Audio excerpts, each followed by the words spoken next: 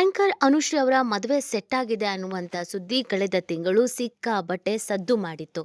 ಎಲ್ಲ ಅಂದುಕೊಂಡಂತೇನೆ ಆಗಿದ್ರೆ ಆಂಕರ್ ಅನುಶ್ರೀ ಅವರ ಎಂಗೇಜ್ಮೆಂಟ್ ಕಳೆದ ಭಾನುವಾರವೇ ಆಗಬೇಕಾಗಿತ್ತು. ಹಾಗೆಯೇ ಇದೇ ಆಗಸ್ಟ್ 28ಕ್ಕೆ ಅದ್ಧೂರಿಯಾಗಿ ಅವರು ಮದುವೆನೂ ಕೂಡ ಆಗಬೇಕಾಗಿತ್ತು. ಆದರೆ ಅದ್ಯಾರು ಕಣ್ಬಿತ್ತೋ ಅಥವಾ ಚರ್ಚೆಯಿಂದನೇ ಬೇಸತ್ರೋ ಅದು ಗೊತ್ತಿಲ್ಲ.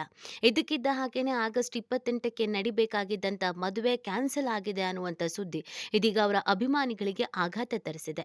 ಹಾಗೂ ಹೀಗೂ ನಮ್ಮ ಹುಡುಗಿ ಮದುವೆ ಆಗ್ತಿದಾರಲ್ಲ, ಕೊನೆಗೂ ಮದುವೆ ಆಗೋಕ್ಕೆ ಒಪ್ಕೊಂಡ್ರಲ್ಲ ಅಂತ ಅದೆಷ್ಟೋ ಮಂದಿ ಅನ್ಕೊಂಡಿದ್ದು ಕೂಡ ಇದೆ. ಆದರೆ ಅದ್ಯಾಕೋ ಗೊತ್ತಿಲ್ಲ, ಅನುಶ್ರೀ ಅವರು ಸಡನ್ ಆಗಿ ಮದುವೆ ಕ್ಯಾನ್ಸಲ್ ಮಾಡ್ಕೊಂಡಿದ್ದಾರೆ ಅನ್ನುವಂಥ ಸುದ್ದಿ ಬೆಂಕಿ ಬಿರುಗಾಳಿಯಂತೆ ಹಬ್ಬಿದೆ. ಅಷ್ಟಕ್ಕೂ ಮದುವೆ ನಿಲ್ಲೋದಕ್ಕೆ ಕಾರಣ ಏನು ಅನ್ನೋದು ಅನೇಕರ ಪ್ರಶ್ನೆ. ಕಾರಣ ಮಾತ್ರ ತುಂಬಾನೇ ಇದೆ. ಅದರಲ್ಲಿ ಪ್ರಮುಖವಾದಂಥ ಕಾರಣ ಒಬ್ರು ಅನ್ನೋದು ಈಗ ವೈರಲ್ ಆಗ್ತಾ ಇದೆ. ಅಷ್ಟಕ್ಕೂ ಆಗಿದ್ದೇನು? ಅನುಶ್ರೀ ಇದ್ದಕ್ಕಿದ್ದ ಹಾಗೆಯೇ ಈ ನಿರ್ಧಾರವನ್ನ ತೆಗೆದುಕೊಂಡಿದ್ದಾದ್ರೂ ಯಾಕೆ?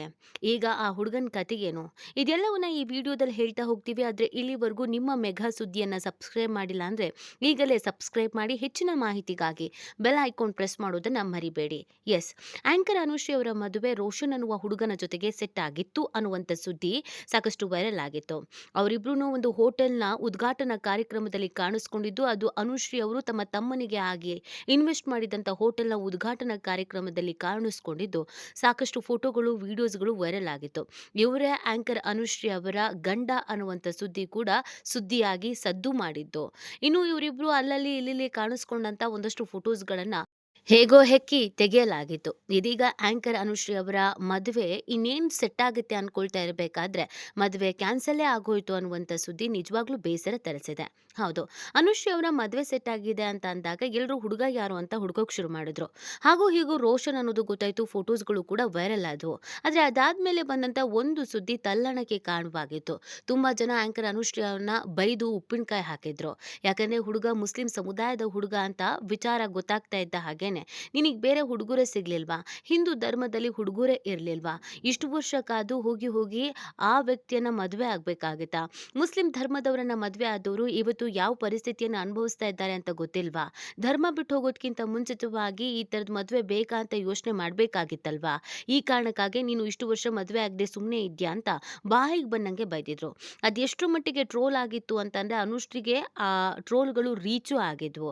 ಕೊನೆಗೆ ಅನುಶ್ರೀನೇ ಆಡಿಕೊಳ್ಳೋರಿಗೆ ಉತ್ತರ ಕೊಡೋದಕ್ಕಾಗಲ್ಲ, ಜನ ಹೇಗಿದ್ರು ಮಾತಾಡ್ತಾರೆ, ಅದಕ್ಕೆಲ್ಲ ನಾವು ತಲೆ ಕೆಡಿಸ್ಕೊಳ್ಬಾರ್ದು, ಒಳ್ಳೆಯರಾಗಿದ್ರು ಮಾತಾಡ್ತಾರೆ, ಕೆಟ್ಟೋರಾಗಿದ್ರು ಮಾತಾಡ್ತಾರೆ ಅಂತ ಡಾಕ್ಟರ್ ರಾಜ್ಕುಮಾರ್ ಅವರ ಡೈಲಾಗ್ ಇರುವಂತ ಒಂದು ವಿಡಿಯೋವನ್ನ ಶೇರ್ ಮಾಡಿದ್ರು. ಅದನ್ನು ಹೊರತುಪಡಿಸಿದ್ರೆ ಮದುವೆಗೆ ಸಂಬಂಧಪಟ್ಟಂತೆಗೆ ಯಾವುದೇ ವಿಚಾರವನ್ನ ಹೇಳಿರಲಿಲ್ಲ.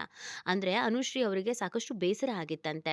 ಮುಸ್ಲಿಂ ಸಮುದಾಯದ ಹುಡುಗನನ್ನ ಮದುವೆ ಆಗ್ತೀನಿ ಅಂತ ಹೇಳ್ತಿದ್ದ ಹಾಗೇನೆ ಆಂಕರ್ ಅನುಶ್ರೀಗೆ ತುಂಬಾ ಜನ ಕಮೆಂಟ್ ಹಾಕಿದ್ರಂತೆ, ಟ್ರೋಲ್ ಮಾಡಿದ್ರಂತೆ, ವೈಯಕ್ತಿಕವಾಗಿ ಮೆಸೇಜು ಮಾಡಿ ಟಾರ್ಗೆಟು ಮಾಡಿದ್ರಂತೆ. ನೀನ್ ಮದ್ವೆ ಆಗದೆ ಹಾಗೆ ಇದ್ರು ಪರವಾಗಿಲ್ಲ, ಆದ್ರೆ ಆತನ್ ಮಾತ್ರ ಮದ್ವೆ ಆಗ್ಬೇಡ. ಧರ್ಮ ಧರ್ಮ ಅಂತ ಹೋರಾಡೋದು ನಮ್ಮ ಮಂಗಳೂರವರು. ಮಂಗಳೂರು ಅಂತ ಅಂದ್ರೇನೆ ಹಿಂದೂ ಧರ್ಮ, ಹಿಂದೂ ಧರ್ಮ ಅಂದ್ರೇನೆ ಮಂಗಳೂರು ಅನ್ನೋದೊಂದು ಮನಸ್ಥಿತಿ ಇದೆ. ನಿನಗಿರುವಂತ ಎಲ್ಲ ಸ್ನೇಹಿತರು ಹಿಂದೂಗಳೇ. ನೀನ್ ಹೋಗಿ ಹೋಗಿ ಮುಸ್ಲಿಂ ಧರ್ಮದ ಹುಡುಗನನ್ನ ಮದ್ವೆ ಆಗಿ ನಮ್ಮ ಮಾನ ಮರ್ಯಾದೆ ಯಾಕೆ ತೆಗಿತೀಯ ಅಂತ ಅನೇಕರು ಪ್ರಶ್ನೆ ಮಾಡಿದ್ರಂತೆ ಮತ್ತು ಟ್ರೋಲು ಮಾಡಿದ್ರಂತೆ. ಇದೆಲ್ಲದರಿಂದ ಬೇಸರಕ್ಕೆ ಒಳಗಾಗಿದ್ದಂಥ ಅನುಶ್ರೀ ಅವರಿಗೆ ಧೈರ್ಯ ಹೇಳಿದ್ದು ಅಥವಾ ಕೂತು ಮಾತಾಡಿದ್ದು ರಾಜ್ ಬಿ ಶೆಟ್ಟಿ ಅನ್ನೋದನ್ನ ಹೇಳಲಾಗ್ತಾ ಇದೆ. ಹೌದು, ರಾಜ್ ಬಿ ಶೆಟ್ಟಿ, ರಕ್ಷಿತ್ ಶೆಟ್ಟಿ, ರಿಷಬ್ ಶೆಟ್ಟಿ, ಶೀತಲ್ ಶೆಟ್ಟಿ, ಪ್ರಮೋದ್ ಶೆಟ್ಟಿ ಹಾಗೇನೆ ಆಂಕರ್ ಅನುಶ್ರೀ ಇವರೆಲ್ಲರೂ ತುಂಬಾ ಅಂದ್ರೆ ತುಂಬಾನೇ ಕ್ಲೋಸು. ಅನೇಕ ಟ್ರಿಪ್ಗಳಿಗೆ ಒಟ್ಟಿಗೆ ಹೋಗಿದ್ದಾರೆ, ಒಟ್ಟಿಗೆ ಪಾರ್ಟಿ ಮಾಡಿದ್ದಾರೆ, ಗೆಟ್ ಟುಗೆದರ್ ಮಾಡಿದ್ದಾರೆ. ಅದರಲ್ಲೂ ರಿಷಬ್ ಶೆಟ್ಟಿ ಜೊತೆಗೆ ಕಾಶಿ ಯಾತ್ರೆಯನ್ನ ಕೂಡ ಮತ್ತು ಕುಂಭಮೇಳಕ್ಕೂ ಕೂಡ ಅನುಶ್ರೀ ಅವರು ಹೋಗಿದ್ರು.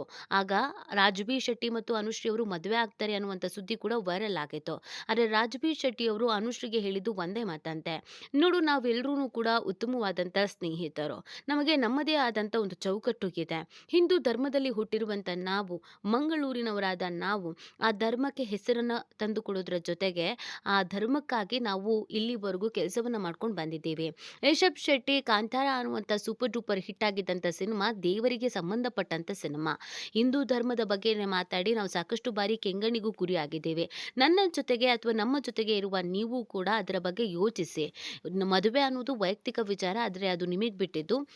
ಆದ್ರೆ ಎಲ್ಲವನ್ನ ಕೂಡ ಯೋಚನೆ ಮಾಡ್ಬೇಕಾಗತ್ತೆ ಅನ್ನುವಂತ ಧೈರ್ಯವನ್ನ, ಬುದ್ಧಿ ಮಾತನ್ನ ಕೂಡ ಹೇಳಿದ್ದಾರಂತೆ. ನಿಮಗೆ ಯಾರು ಇಷ್ಟನೋ ಅವ್ರನ್ನ ಮದುವೆ ಆಗೋದು ಅದು ನಿಮ್ಮ ವೈಯಕ್ತಿಕ ಜೀವನ. ಪ್ರೀತಿಯೇ ಬೇರೆ, ಧರ್ಮವೇ ಬೇರೆ. ನನ್ನ ಪ್ರಕಾರ ಪ್ರೀತಿಯೇ ಒಂದು ಧರ್ಮ.